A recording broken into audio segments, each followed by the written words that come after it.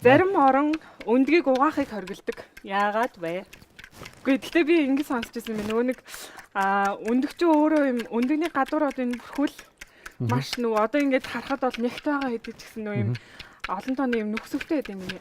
Тэгэнгүүт их дахиад өндөглөхдөө өндөгнийхэн гадуур юм тослог юм бүрхүүл үсгэж гаргав. Тийм. Хэрвээ тэрийг устгах юм бол өндөгч нөгөө өөрөө хамгаалж чадах байх. Тийм. Нянгаас ядаг бас нөгөө байгалийн антибиотик гэж боддог гинэ. Тэгэхдээ яг бас одоо жишээлбэл юу яг дөнгөж бид нар хэрэглэж гарч ирэнгуутаа бол дөнгө хэрэглэхээс өмнө өндгөө угааж болно.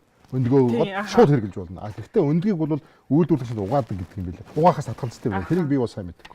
Тийм. Тэгэхээр нөгөө өндөг удаач ингэ янз бүрийн сангастай юм шиг янз бүрийн зарим иддэг шүү дээ. Ерөнхийдөө ийм байх нь илүү нөгөө яг натурал бөгөөд яг нөгөө гадаад орчны янз бүрийн юм бактериас хамгаалсан. Өөрөө сайн хамгаалагдсан өндөг. Сайн хамгаалагдсан өндөг. Дээрээс нь гэхдээ нөгөө өндгөлчөөд өндгөө юрдөөсөө угаахгүй ариутгахгүй байна гэж байхгүй. Угаахгүй маа гэхэд нөгөө заавал ариутгадаг.